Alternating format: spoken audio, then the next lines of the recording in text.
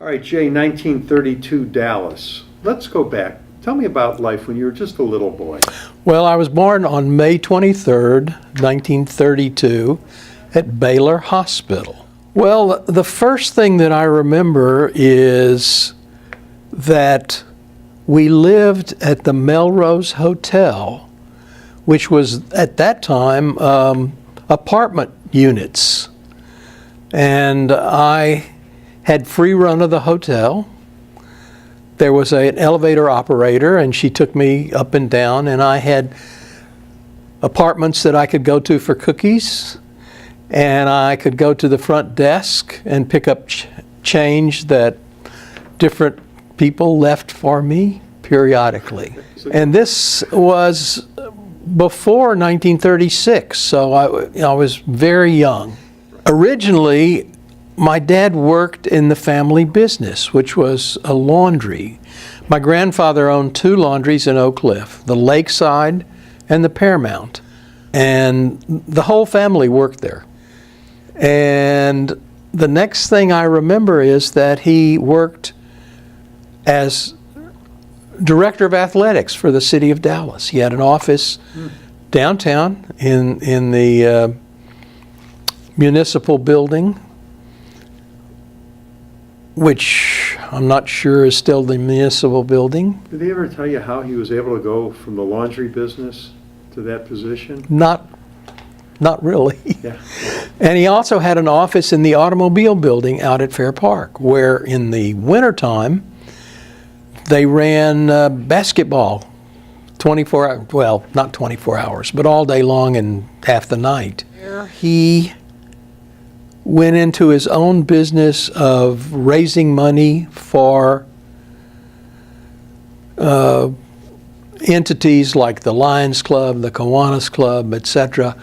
After he did it for his own Kiwanis Club, you know, they sold tickets to some sort of performance and kept the money here, there, and yonder, and that's what he did.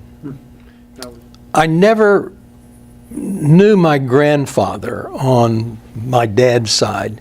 He had tuberculosis and was in Denver at the, I think, Jewish hospital there in Denver, and he died in 1929.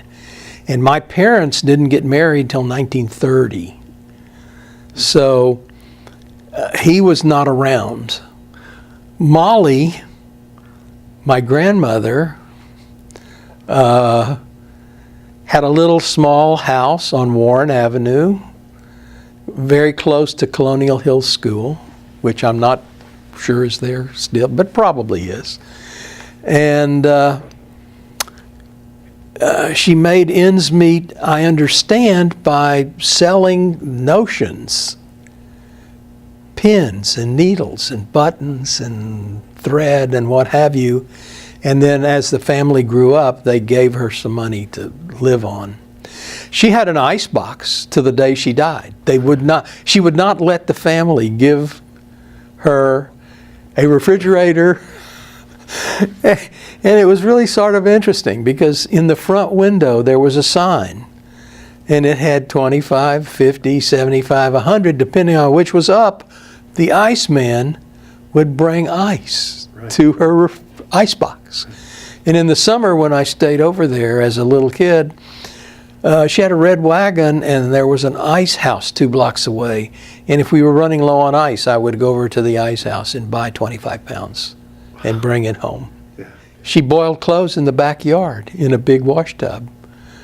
And she made pickles and put them under the house to keep them cool.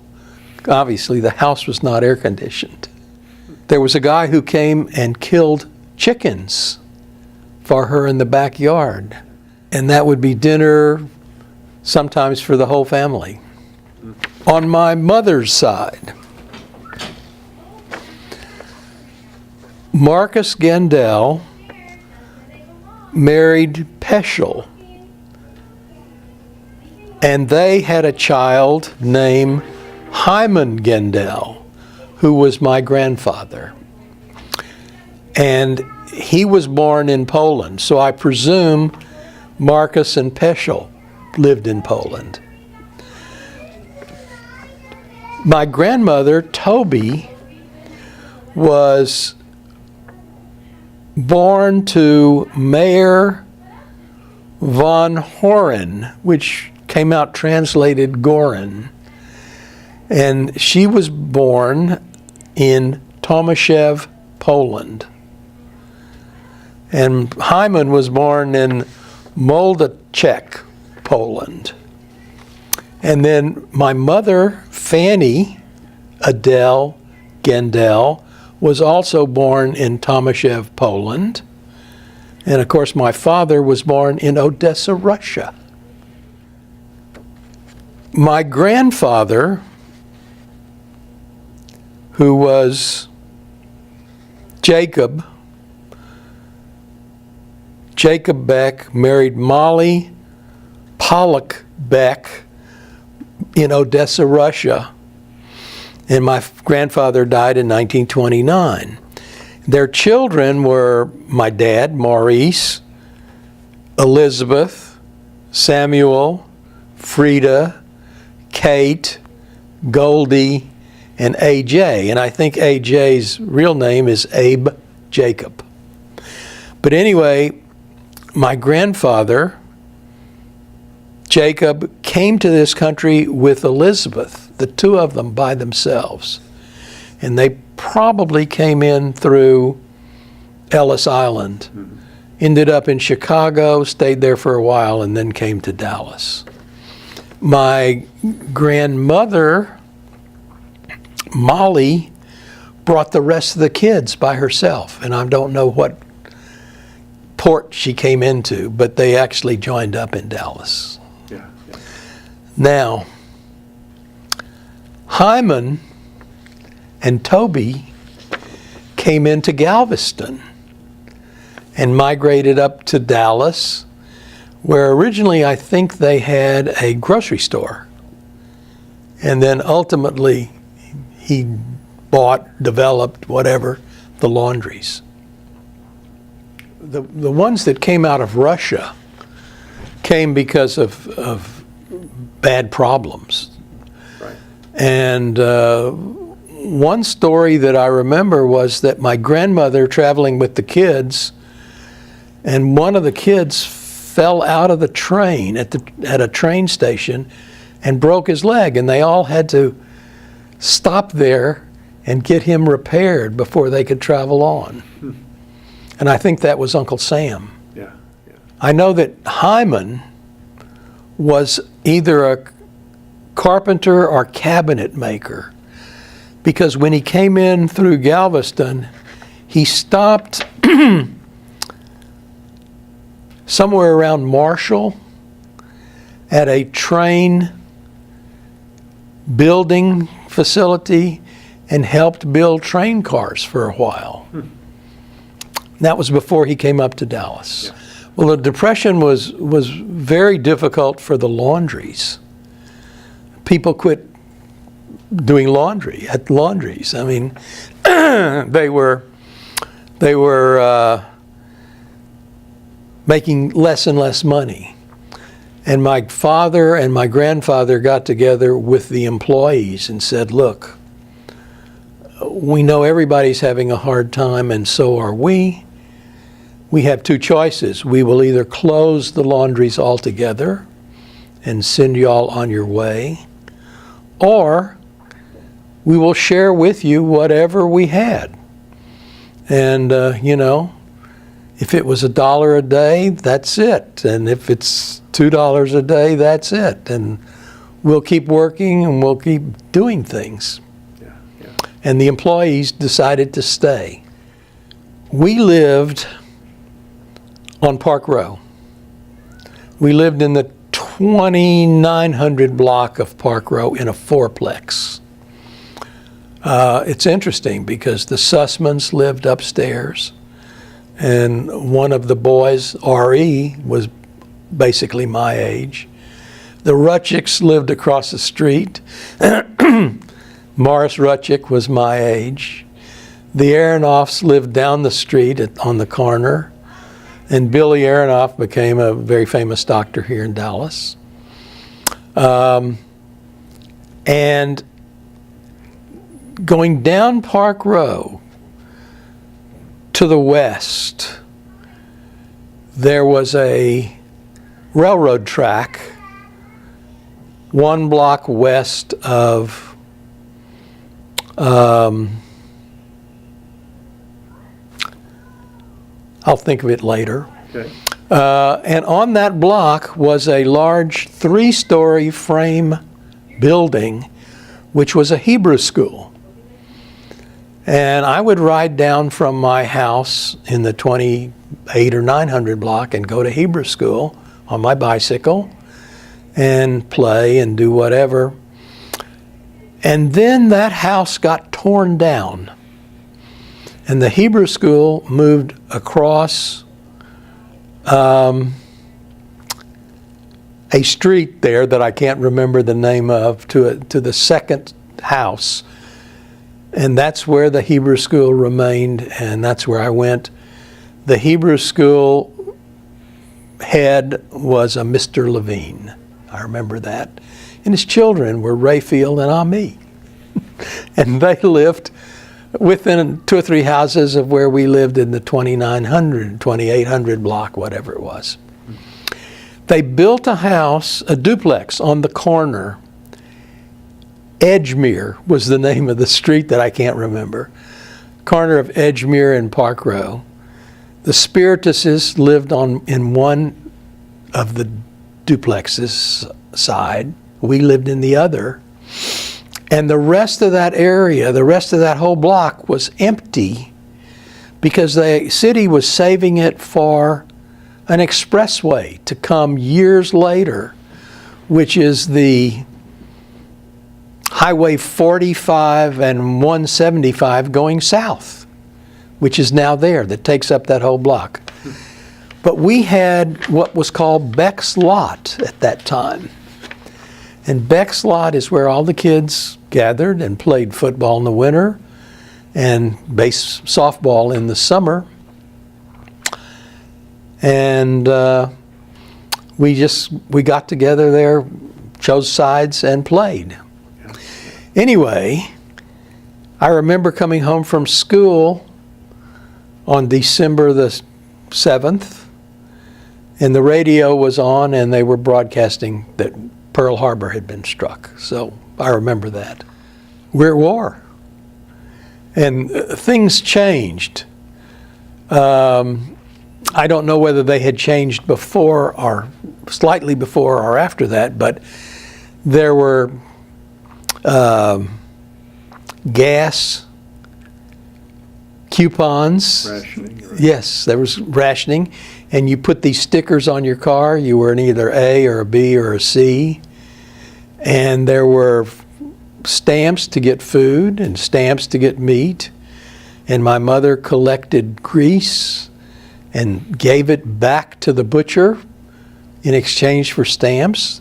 The grease was used supposedly to make explosives somehow. I have no idea.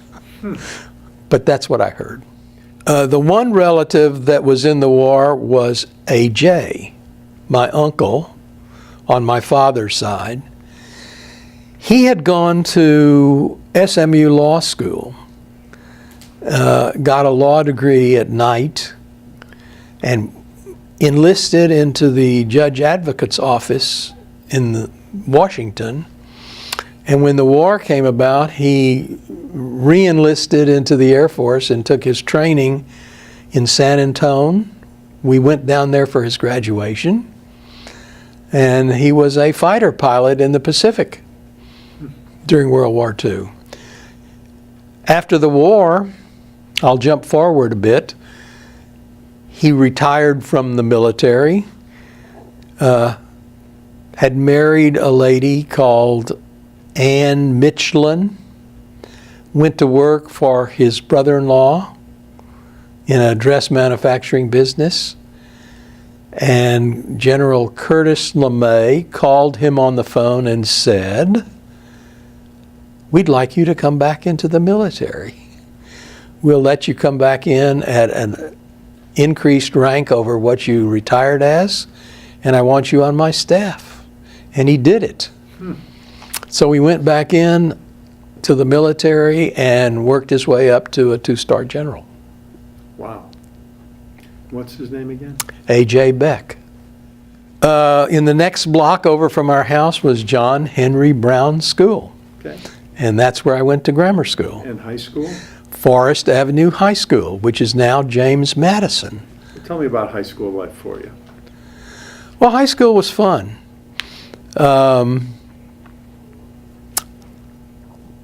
The summer before high school, a friend of mine, we're living in the duplex. Across the street and at the other end of the block was named Sammy Griggs.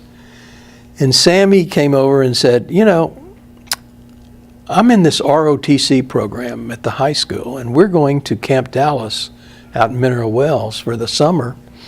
How would you like to come? And I said, I'm not even in high school yet. And he said, well, come with me. We'll go over to the high school and talk to the people. And so we went over to the high school and talked to the ROTC commandant, who was a colonel. And I told him that I'd like to go to Camp Dallas with my friend. And he said, well, you need to come over here for a week and do some drills. We need to teach you how to march and how to hold a rifle and do all that sort of stuff, and we'll let you come. So in that summer, we rode a train out of Dallas to Mineral Wells, and I went to Camp Dallas for a month, where we did all sorts of military things. We marched, and we shot rifles, and we did we shot martyrs. We did all sorts of military things. And one of the interesting things was Camp Walters was right next to us. Camp Walters was a major training facility for the Army. And I can't remember whether it was the first year or the second year, because I went to Camp Dallas at least 3 summers. But we would march ourselves over to the gate of Camp Walters in the evening, and they would let us in, and we would go drink beer and go to the movies and do all the things that the soldiers were doing. And how old were you? Not very old. I was in high school. Well, I liked being in the military part. Right. I was also on the rifle team, and we had a shooting gallery, if you wanted, in the basement of the high school, and we'd come there and practice shooting 22s. And I finally made my way up to being the captain of the rifle team, and I made my way up my senior year in high school to be the colonel of the ROTC at Forest Avenue High School, which gave me a bunch of perks. The colonel of the ROTC at every school got invited to every other school's dance.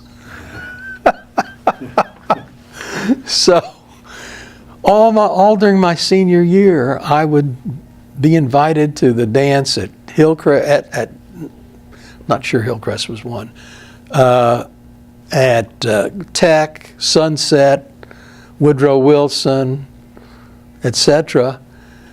And I had a date that all through high school, whose name was Joan Levy, who also lived on Park Row. And I had a standing account at Nietzsche's Florist because I had to buy her corsage for every one of these dances. And we had a blast. Yeah, yeah. Now, when was it that thoughts of becoming a physician entered your mind? Well, later. Although one of my aunts kept whispering in my ear, you know, you ought to be a doctor, you ought to be a doctor. Because one of her brothers, Joe, was a physician. Well, I went to Rice. Okay. And I'm not sure how I got into Rice. Rice was a very hard school to get into. And this was before those tests, SAT and Right. RO, whatever. So there was none of that. I had 2 teachers write me a letter, and I sent in my application. And I got a letter from Rice saying, we'd like to have a personal interview with you at Woodrow Wilson High School at such and such a day on such and such a time. And I went over there and walked in and met this man sitting behind a desk, and I sat down, and he said, you know, your grades aren't good enough to go to Rice, which floored me. And I said, then why did you ask me to come over here? And he said, well, you've done a lot of other things. You were on the basketball team at Rice. I didn't let her, though.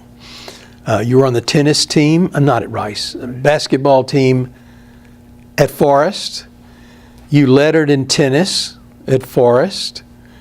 You were colonel of the ROTC. You were one of the editors of the Annual. And your grades weren't good enough. He said, we'll let you know. And that was my interview.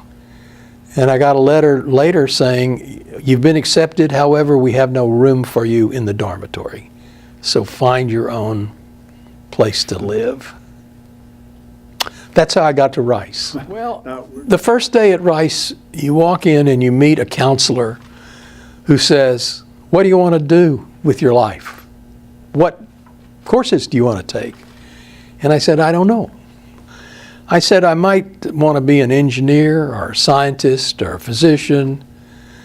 And he said, we have the ideal program for you. It's called Science Engineering Pre-Med. And he said, we'll sign you up for that. And at the end of your first year, you have to make a second decision as to which direction you want to head. So I said, okay, well, that was the hardest first year I have ever been put through. I had scientific math, which met 2 hours 3 times a week with the head of the math department. And as I walked into the first day of that, he said, I presume you all know calculus, so we'll go from there. And it was really interesting. And then I had chemistry and physics and engineering drawing and English and PE. I want to tell you a story about engineering drawing. It's sort of interesting. I had never had any exposure to engineering drawing. Lots of kids took mechanical drawing in high school, Right. not me. So I went to the class and the guy said, you're going to need to buy some supplies. So here's a list of what you need. Go to the school shop and buy it. You know, I needed a T-square and a triangle, and I needed a set of drafting instruments, etc. And I came back and didn't realize that the class is graded on, among other things, neatness. So if 2 lines didn't intersect perfectly, it got taken off. Points got taken off. And I was failing that class by Thanksgiving. But I managed to pull it out. Yeah, Rice. I didn't graduate from Rice. In my end of my junior year at Rice, I sent in applications to the 3 medical schools here in Texas. Galveston, Baylor, and Southwestern. Got accepted to all of them. And I said, I've got a choice. I can take my senior year here at Rice and get a degree, but I've got all the requirements to go to medical school. So I flushed Rice and went to Southwestern. And so you I have no college degree. At the end of medical school, I wrote Rice. And I said, I now have an MD degree. Does any of my work during the 4 years of medical school count towards a degree at Rice, because it did at the University of Texas. Right? You could go to Texas for 3 years, go to medical school, and get a Bachelor of Science degree. Right. Rice wrote me back saying, "We've reviewed your record. It's very good. All you lack is your senior year. You can come back and take it anytime you want." And I trust you know. It's an interesting story. I'm in medical school now. In fact, I'm in medical school maybe my sophomore. Well, which one did you accept? Southwestern, here in Dallas, which was Quonset huts out behind the old Parkland Hospital. Mm-hmm. These were Quonset huts that were built during World War II. I was a sophomore, end of my sophomore year maybe. And I got this telephone call from a girl that I didn't know named Joan Roth. And she said, "I'm here at the University of Texas, and I understand you take out blind dates." And I said, "Maybe." He said, "I'm coming home for the Easter holidays, and I'm bringing a girl from Atlanta, Georgia, to Dallas to be with me because she can't get back to Atlanta. I wonder if you would take her out and we'll double date and we'll do whatever." And I said yes. So the four of us, the girl from Atlanta, Joan and her date, and we all went out somewhere. And that's when I met my wife-to-be. And I asked her for our first date during the summer after my sophomore year at medical school. And then we dated during my junior year, and I got married between my junior and senior year. Okay. I took an internship. I took a straight medical internship at the VA hospital out in Lisbon, or South Dallas, or whatever you want to call it. And then I decided by that time that I wanted to do OB-GYN. The people at the medical school had saved a place for me as a resident in internal medicine, which I didn't apply for. And finally, one of the professors came to me and said, "We've been waiting for your application and it hasn't shown up." And I said, "Well, it's not going to, because I've applied for a residency at Baylor to do OB-GYN." And he was chagrined, to say the least. I applied. I had to talk to the chairman of the department at Baylor, which was W.K. Strother Jr. And he said, "We'll consider you." And they finally accepted me to be a resident in the 3-year program at Baylor. So by that time I was already married. I got married, in medical school. Right. Way back in medical school, I got a notice from my draft board saying, "You're 1A and we're about to draft you." And I thought this would be terrible to interrupt my training. So at that time there was a entity called the Berry Plan. General Cortlandt Berry, wherever he was in Washington, had come up with this bright idea. And his idea was, take people who are in training, agree to accept them into the military when they finish their training, and we will have not just general medical officers, but we'll have specialists coming into the military. So I applied to the Berry Plan, And you had some choices. You could apply as a Army, Navy, Air Force. I chose Air Force. And you could apply to wherever you wanted to go. And I put the West Coast. I got accepted into the Berry Plan for Florida in the Air Force. So I was deferred through medical school, internship, residency. And when I went into the military in '60, I already had, for pay purposes, 8 years of time, which boosted my pay a few dollars per month. Sure. I had come home during the year before I got out to sort of look around Dallas, because I wanted to come back to Dallas. And I had no offers to join anybody in practice. So I got this bright idea that I would go find a doctor who was by himself in practice and go look at what his office looked like. Because I had never, seen an office, so to speak. And there was a doctor by the name of Stuart Fish who had been part of my training. He was at the medical school at part of the time. He was in private practice. He was my consultant when I was a senior resident, and he was by himself.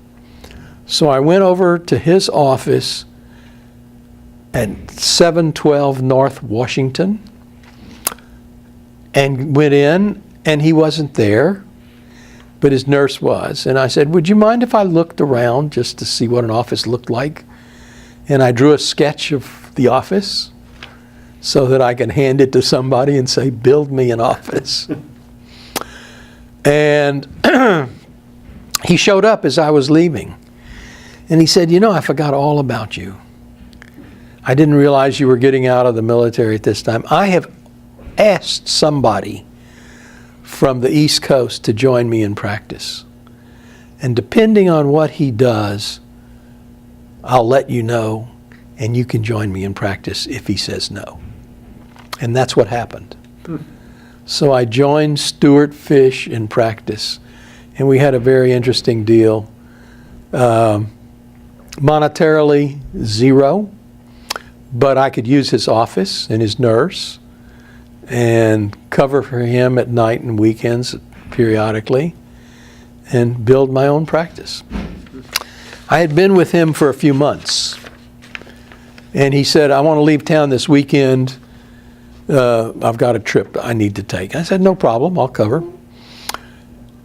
And he went to Arkansas and accepted a post of assistant director of the OB-GYN department at the University of Arkansas. And he came back and told me, I'm leaving in a month. The practice is yours. Wow. And he wanted to be paid for his equipment at a very reduced price. He wanted his outstanding accounts to be collected and sent to him. And he insisted that I keep his nurse. And we wrote a one-page agreement, signed it, and he left. Now, let me ask you, what year is this now? Well, this must be 62 or 3, 62 or somewhere. 3. Delivering babies back then compared to today, what are the differences? What are the medical advancements? What didn't you have that they have today? Well, we did not have sonography. A lot of the patients were delivered under general anesthesia. We didn't have neonatology or the specialists that came with that.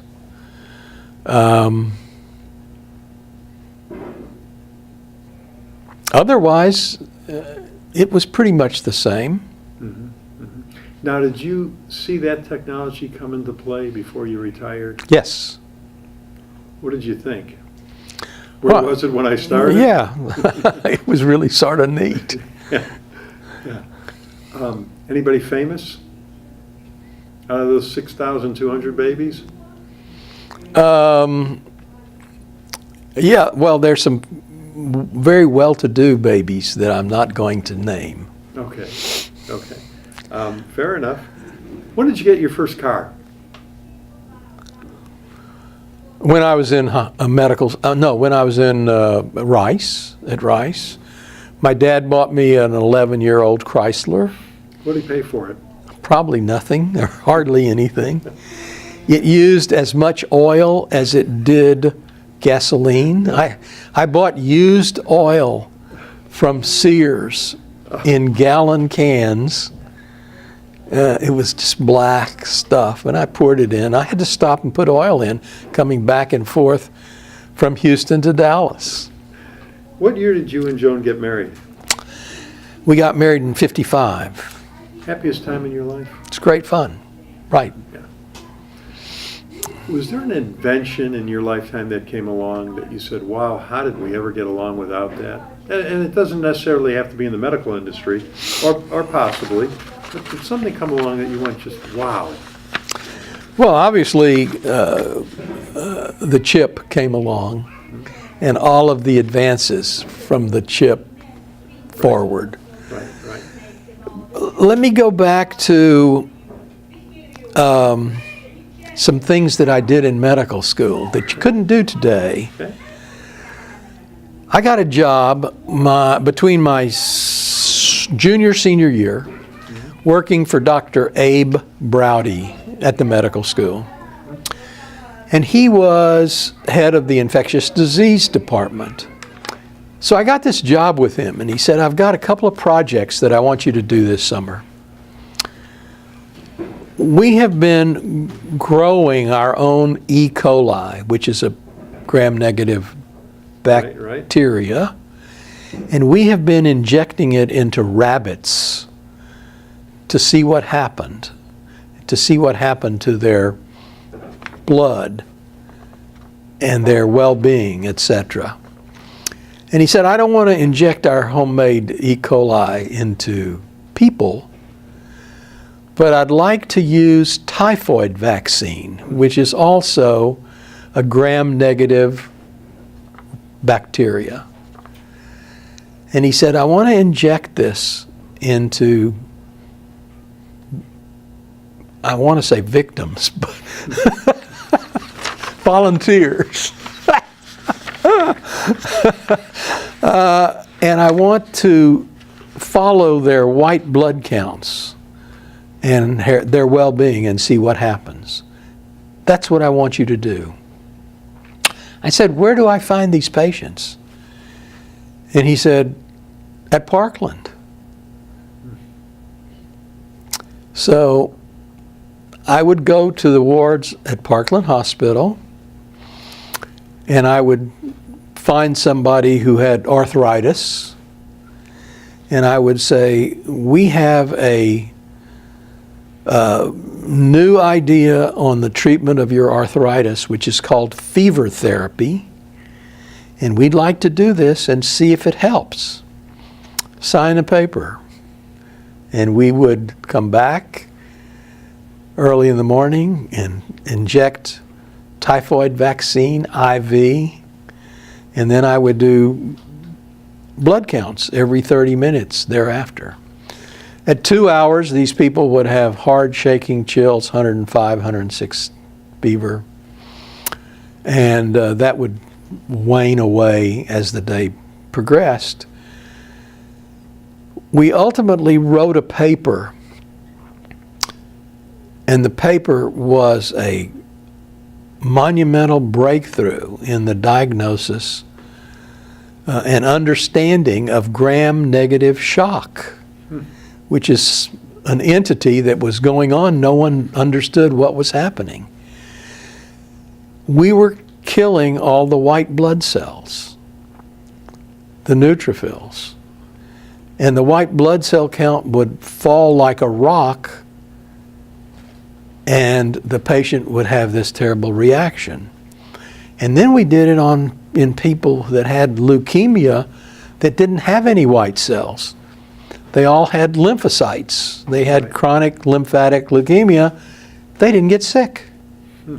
So we wrote this paper, and it was a monumental paper in the literature, and my name is on it. Wow. It's amazing. I got telephone calls. I was in the military when the paper came out, and I got telephone calls from all over the country wanting copies of the paper. Now, whatever happened to the patients? Did they recover? Oh, yeah. They recovered. We didn't kill anybody. The second study that he wanted me to do was to find out if people with meningitis had a higher concentration of sulfa drug after it was administered in their spinal fluid than people that didn't have meningitis.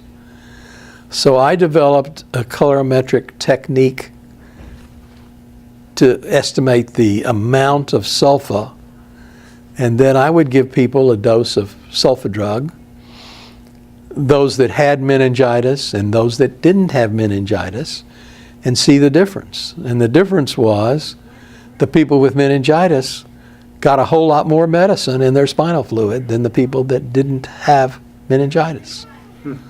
So I wrote these two papers, or helped write one and wrote the other one, between my senior year in medical school. Wow, wow, wow. Did anything ever come of the sulfa findings? No. Shortly thereafter, there were many antibiotics that worked better in meningitis than sulfa. Yeah. Now, you and Joan, did you guys have any involvement with the Jewish community? Where? Dallas? Here in Dallas. Not much. Okay. I mean, most of our friends are Jewish, but not with. Okay, no, I was just wondering if you're involved with the temple or JCC, something like that. I mean, that's fine. But let me back up a little bit about that. Okay. My dad was the scout. First of all, I was a Cub Scout at the Hebrew school on Park Row. Right. And after Cub Scouting, my dad had become the scoutmaster at Temple when Temple was on South Boulevard. Mm-hmm. And obviously I joined Boy Scout Troop 29, which was non-sectarian, but it met at Temple. Mm-hmm. And so all through the years, I was a Boy Scout, ultimately a senior leader, got my Eagle Scout while I was there, etc. In your lifetime, you've lived through so many momentous occasions. Of course, World War II, you were a young man. President Kennedy assassination, the moon landing, something good in 1969 for the first time, tragedy of 9/11. Was there something that came along on the national scene that really sticks out in your mind? I know exactly where I was the day it happened. I know exactly where I was when Kennedy was assassinated. I was in my office. I had a lady in labor, but I was seeing a few patients before I went over to the hospital. So that's where I was at that time. Yeah. Did it affect you at all? Well, yeah, obviously it did. 3 children. Michael, who is an investment advisor and an investment banker at Gerald Ray and Associates. And he's got 2 kids. He married Patrice Finneran, has 2 children, Miles, the youngest, at school in Denver, and Joel at school in Memphis. Pamela has 2 children. One is and married to Stephen Plus. Has 2 children. Molly, who is a sophomore at A&M, and Henry, who is a senior at Green Hill, and Gary, who lives in Oklahoma, is married to Susie. Susie had 1 child when they got married, so Chase is his Stepdad. He's Chase's stepdad. and it's Chase who has 2 children. Backing up a little bit,